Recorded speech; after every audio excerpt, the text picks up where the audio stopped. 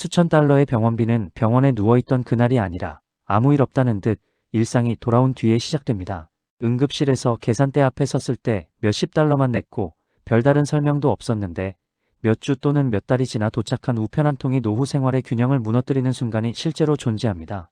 이 영상은 바로 그 결과가 왜 생기는지, 그리고 그 결과를 미리 알면 무엇을 피할 수 있는지를 이야기하려는 영상입니다.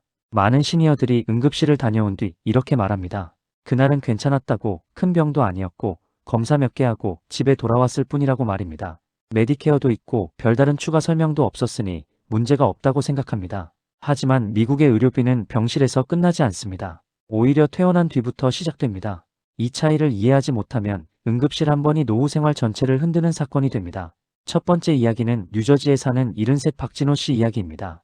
박 씨는 어느 날 밤 갑작스러운 가슴 통증으로 응급실에 갔습니다. 심각한 문제는 아니었고 몇 시간 관찰 후 귀가했습니다. 계산대에서 낸 돈은 50달러 남짓이었고 직원은 메디케어가 있으니 걱정하지 말라고 말했습니다. 박 씨는 그 말을 그대로 믿었습니다. 그런데 두 달쯤 지나 병원에서 온 첫 청구서는 2000달러가 넘었습니다.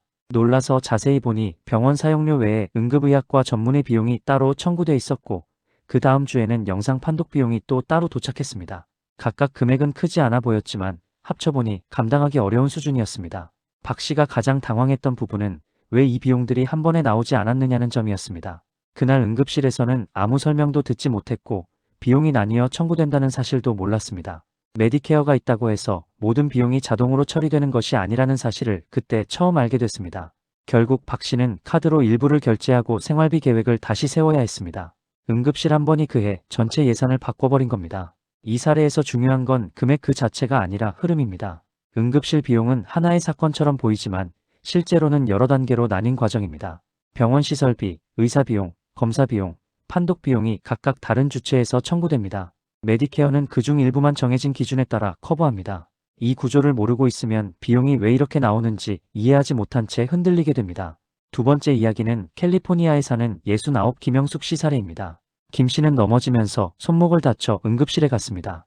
엑스레이를 찍고 골절이 아니라는 말을 듣고 집으로 돌아왔습니다. 그날 낸 돈은 많지 않았고 별다른 안내도 없었습니다. 그런데 몇 달 뒤 김 씨는 예상하지 못한 문제를 마주하게 됩니다. 병원비 자체보다 그 이후의 변화였습니다. 의료비 지출이 늘어나면서 메디케어 보조 프로그램 기준에 영향을 받았고 다음에 보험료가 조정됐습니다. 김 씨는 병원비가 이렇게 다른 영역까지 영향을 줄 수 있다는 걸 전혀 몰랐습니다. 응급실 비용은 단순히 한 번의 지출로 끝나는 게 아니라 연간 의료비 기록으로 남습니다. 이 기록은 보험료, 보조금, 심지어 다른 복지 혜택 산정에도 반영됩니다. 그래서 응급실 한 번이 단기 비용 문제가 아니라 중장기 생활 문제로 이어질 수 있습니다. 김 씨가 가장 후회한 건 미리 알아보지 않았다는 점이었습니다. 응급실에 가기 전 무엇을 확인해야 하는지가 아니라 응급실을 다녀온 뒤 어떤 흐름이 시작되는지를 몰랐다는 점입니다. 비용이 어떻게 나뉘어 청구되는지, 어떤 부분이 본인 부담으로 남는지, 그 결과가 다음 해에 어떤 영향을 줄 수 있는지를 알았다면 대응이 달라졌을 거라고 말합니다. 세 번째 이야기는 텍사스에 사는 이른한 최성호 씨입니다. 최 씨는 응급실 방문 자체보다 이후에 벌어진 일로 더 큰 스트레스를 받았습니다. 몇 차례에 걸쳐 도착한 청구서 중 일부는 이해할 수 없는 항목이었고 어디에 문의해야 할지도 몰랐습니다. 병원에 전화하면 보험사로 넘기고 보험사는 병원에 다시 확인하라고 말했습니다. 그 사이 납부 기한은 다가왔고 연체에 대한 걱정이 커졌습니다. 최 씨는 결국 전문가의 도움을 받아 청구서를 하나하나 확인했습니다. 그 과정에서 중복 청구된 항목과 조정 가능한 금액이 있다는 사실을 알게 됐습니다. 처음부터 구조를 알고 있었다면 겪지 않아도 될 혼란이었습니다. 최 씨는 말합니다. 응급실에 간 게 문제가 아니라 그 뒤에 벌어질 일을 전혀 예상하지 못한 게 문제였다고 말입니다. 이 세 가지 사례는 모두 다른 상황이지만 공통점이 있습니다. 응급실에서의 경험은 짧았고 그날은 큰 문제가 없어 보였다는 점입니다. 하지만 진짜 문제는 나중에 시작됐습니다. 이 차이를 이해하는 것이 바로 응급실 비용을 미리 읽는 눈입니다. 미국의 의료비 구조는 친절하지 않습니다. 설명을 해주지 않는다고 해서 비용이 없는 것도 아니고 당장 청구되지 않는다고 해서 사라지는 것도 아닙니다. 메디케어가 있다고 해서 모든 위험이 차단되는 것도 아닙니다. 메디케어는 중요한 보호장치지만 전부를 막아주지는 않습니다. 이 한계를 정확히 아는 것이 기준이 됩니다. 응급실 비용을 미리 안다는 것은 겁을 먹는다는 뜻이 아닙니다. 어떤 비용이 남을 수 있는지, 어떤 청구서가 나올 수 있는지, 그리고 그 청구서가 생활에 어떤 영향을 줄 수 있는지를 아는 것입니다. 이걸 알고 있으면 청구서를 받았을 때 흔들리지 않습니다. 무작정 돈부터 내지 않고 확인해야 할 순서를 떠올릴 수 있습니다. 노후 생활은 작은 균형 위에 놓여 있습니다. 고정 수입과 고정 지출이 맞물려 돌아가는 구조에서 예상치 못한 수천 달러는 단순한 숫자가 아닙니다. 생활비 계획, 저축 인출, 심리적 안정까지 함께 흔듭니다. 그래서 응급실 비용 이야기는 병원 이야기로 끝나지 않습니다. 노후를 지키는 이야기입니다. 이 영상이 전하려는 메시지는 단순합니다. 응급실을 가지 말라는 이야기도 아니고 메디케어를 불신하라는 이야기도 아닙니다. 응급실 비용은 구조를 아는 만큼 줄일 수 있고 적어도 피할 수 있는 혼란은 분명히 존재한다는 점입니다. 미리 알면 대응이 달라지고 대응이 달라지면 결과도 달라집니다. 응급실 한 번이 노후 생활을 흔들지 않게 만드는 힘은 거창한 정보가 아니라 흐름을 이해하는 감각입니다. 이 감각을 갖는 것이 바로 오늘 이 영상을 보는 이유입니다. 여기서 한 걸음 더 나아가야 할 지점이 있습니다. 많은 시니어들이 응급실 비용을 이야기할 때 병원과 보험만 떠올립니다. 하지만 실제로 노후 생활을 더 크게 흔드는 요인은 병원비 그 자체가 아니라 그 비용이 생활 시스템 안으로 들어오는 방식입니다. 병원비는 단발성 지출처럼 보이지만 노후 생활에서는 연쇄 반응의 시작점이 됩니다. 예를 들어 응급실 비용이 예상보다 크게 나오면 가장 먼저 영향을 받는 것은 현금 흐름입니다. 당장 통장에서 빠져나가는 금액이 늘어나면 자동이체로 설정해둔 각종 비용을 다시 점검하게 됩니다. 집세나 재산세, 보험료, 약값 같은 고정 지출은 줄이기 어렵기 때문에 결국 손대는 곳은 비상금이나 저축입니다. 이 과정에서 시니어들은 심리적으로 큰 불안을 느끼게 됩니다. 노후의 가장 중요한 안정감이 흔들리는 순간입니다. 또 하나 많은 분들이 놓치는 부분은 신용기록입니다. 응급실 청구서를 제때 처리하지 못하거나 금액에 이의가 있어 미루다 보면 연체로 이어질 수 있습니다. 시니어에게 신용점수는 젊은 시절보다 덜 중요하다고 생각할 수 있지만 실제로는 그렇지 않습니다. 렌트 계약, 보험료, 심지어 일부 의료 서비스에서도 신용 상태는 여전히 영향을 미칩니다. 응급실 한 번이 신용관리 문제로까지 번질 수 있는 이유입니다. 또 다른 사례를 보겠습니다. 플로리다에 사는 75 이정호 씨는 응급실 이후 받은 청구서를 제대로 이해하지 못한 채 일부만 납부했습니다. 나머지는 보험에서 처리될 거라고 막연히 생각했습니다. 하지만 몇 달 뒤 병원 채권관리부서에서 연락이 왔고 그제야 문제가 커졌다는 걸 깨달았습니다. 이 씨는 뒤늦게 보험 기록과 청구 내역을 확인했지만 이미 시간과 에너지가 많이 소모된 상태였습니다. 이 경험 이후 이 씨는 말합니다. 응급실 비용은 돈의 문제가 아니라 관리의 문제라고 말입니다. 이런 사례들이 말해주는 것은 분명합니다. 응급실 비용을 줄인다는 것은 단순히 할인받는 요령을 안다는 뜻이 아닙니다. 비용이 어떻게 생성되고 어떻게 흘러가며 내 생활에 어떤 순서로 영향을 주는지를 아는 것입니다. 이걸 아는 사람과 모르는 사람의 차이는 결과에서 분명하게 드러납니다. 특히 해외 동포 시니어의 경우 언어와 제도 차이 때문에 이 흐름을 놓치기 쉽습니다. 병원에서 받은 짧은 설명을 제대로 이해하지 못하거나 우편으로 온 청구서를 미뤄두는 경우가 많습니다. 하지만 미국 의료 시스템은 기다려주지 않습니다. 설명이 없었다고 해서 책임이 사라지지 않습니다. 그래서 미리 아는 것이 더욱 중요합니다. 결국 이 영상이 추가로 전하고 싶은 메시지는 하나입니다. 응급실 비용은 피할 수 없는 사건이 아니라 관리할 수 있는 과정이라는 점입니다. 모든 비용을 막을 수는 없지만 불필요한 혼란과 과도한 부담은 줄일 수 있습니다.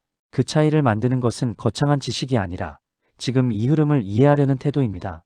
응급실은 언젠가 누구나 갈 수 있습니다. 중요한 것은 그 이후입니다. 그 이후의 흐름을 알고 준비하는 사람은 노후 생활을 지킬 수 있고 그렇지 못한 사람은 같은 상황에서도 더 크게 흔들립니다. 이 영상을 끝까지 보는 이유는 바로 그 차이를 만들기 위해서입니다. 전문가 칼럼. 앞선 사례들을 통해 우리는 하나의 공통된 사실에 도달하게 됩니다. 응급실 비용 문제는 우연이나 개인의 실수가 아니라 제도와 정산 구조에서 비롯된 결과라는 점입니다. 전문가의 관점에서는 이 문제를 단순한 불운이나 개인 책임으로 해석하는 순간 해결의 길이 막힙니다. 반대로 구조와 시스템의 작동 방식으로 이해하면 대응 전략이 보이기 시작합니다. 그래서 여기서부터는 경험의 이야기가 아니라 판단과 관리의 영역으로 넘어가야 합니다. 미국 의료 시스템에서는 응급실 이용 기록이 단순한 진료 이력이 아니라 하나의 행정 데이터로 작동합니다. 응급실 방문은 보험 시스템 안에서는 의료 서비스 이용이 본격적으로 시작됐다는 신호로 인식됩니다. 이때 시스템이 가장 먼저 확인하는 것은 환자의 보험 가입 상태와 해당 연도의 의료비 누적 상황입니다. 많은 시니어들이 이 지점을 놓칩니다. 응급실에 간 그날 현장에서 지불한 비용만 보지 그 이용 기록이 연간 기준에서 어떻게 반영되고 관리되는지를 보지 않기 때문입니다. 전문가의 시각에서는 응급실 비용을 줄이는 첫 번째 전략은 응급실 자체를 무조건 피하는 것이 아닙니다. 현실적으로 응급실은 피할 수 없는 상황이 분명히 존재합니다. 중요한 것은 응급실 이후에 이어지는 정산과 행정 흐름을 어떻게 관리하느냐입니다. 응급실 방문이 끝나는 시점은 병원을 나서는 순간이 아니라 모든 청구가 접수되고 보험 처리가 최종적으로 정리되는 시점입니다. 이 기간은 개인의 상황에 따라 보통 몇 주에서 길게는 몇 달까지 이어질 수 있습니다. 이 과정에서 가장 먼저 점검해야 할 것은 청구 주체입니다. 많은 시니어들이 병원에서 발송한 청구서만 의료비 전부라고 생각합니다. 하지만 실제로는 병원 외부에서 발송되는 청구서가 전체 비용에서 중요한 변수가 되는 경우가 많습니다. 응급의학과 전문의, 영상 판독 전문의, 검사기관은 병원과 별도의 계약관계에 있거나 독립적으로 운영되는 경우가 적지 않습니다. 이들은 각각 별도의 청구 절차를 통해 비용을 청구합니다. 전문가 관점에서는 이 구조를 사전에 인지하고 청구서를 받을 때마다 출처를 구분해 확인하는 것이 매우 중요합니다. 두 번째 전략은 보험 처리 상태를 막연히 기다리지 말고 능동적으로 확인하는 것입니다. 보험이 자동으로 모든 것을 처리해 줄 것이라는 기대는 미국 의료 시스템에서는 현실적으로 위험한 생각일 수 있습니다. 보험 처리는 자동처럼 보이지만 실제로는 조건과 기준에 따라 단계적으로 승인되는 구조입니다. 서류가 누락되거나 진료 코드가 다르게 입력되면 처리 지연이나 부분 거절이 발생할 수 있습니다. 이때 시니어가 아무 대응을 하지 않으면 보험사의 판단 결과가 그대로 본인 부담금으로 확정되는 경우가 많습니다. 전문가들은 응급실 방문 후 일정 기간이 지나면 반드시 보험 처리 현황을 직접 확인하라고 조언합니다. 이때 중요한 것은 최종 금액 자체가 아니라 현재 처리 상태입니다. 처리 중인지 추가 정보 요청 상태인지 일부 보류인지에 따라 대응 전략은 완전히 달라집니다. 2단계를 건너뛰면 나중에 청구서를 받은 뒤에야 상황을 파악하게 되고 그 시점에서는 선택지가 크게 줄어들 수 있습니다. 세 번째 전략은 청구서 수령 순서를 이해하는 것입니다. 응급실 관련 청구서는 대부분 동시에 도착하지 않습니다. 먼저 병원 시설 사용료가 오고 그 다음에 전문의 진료 비용이 오며 가장 늦게 영상 판독 비용이나 외부 검사 비용이 도착하는 경우가 많습니다. 이 순서를 모르면 첫 번째로 받은 청구서를 전체 비용으로 착각하기 쉽습니다. 전문가의 관점에서는 모든 관련 청구가 도착하기 전까지는 전체 비용을 확정해서 판단하지 말라고 조언합니다. 네 번째 전략은 이해 제기 가능성을 초기 단계부터 열어두는 것입니다. 많은 시니어들이 청구서를 받으면 우선 납부부터 생각합니다. 하지만 의료 청구는 행정 오류나 입력 실수로 인해 수정 가능성이 존재하는 영역입니다. 중복 청구, 잘못된 코드 적용, 실제로 제공되지 않았거나 불필요하게 포함된 검사 비용이 포함되는 경우도 적지 않습니다. 전문가들은 청구서를 받는 즉시 항목별로 확인하고 이해되지 않는 부분은 날짜와 내용을 기록으로 남기라고 말합니다. 이 기록이 이후 조정이나 재검토 요청의 중요한 근거가 됩니다. 다섯 번째 전략은 연간 의료비 기준에서 응급실 비용을 다시 해석하는 것입니다. 응급실 비용은 단발성 지출처럼 보이지만 실제로는 연간 의료비 누적 구조 안에서 관리됩니다.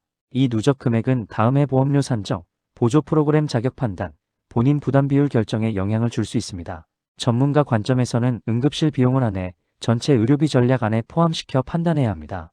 이 시야가 없으면 다음 해에 갑작스러운 보험료 변화나 혜택 조건 변경으로 이어질 수 있습니다. 여섯 번째 전략은 현금 흐름 관리입니다. 응급실 비용이 발생했을 때 가장 먼저 흔들리는 것은 감정이 아니라 현금 흐름입니다.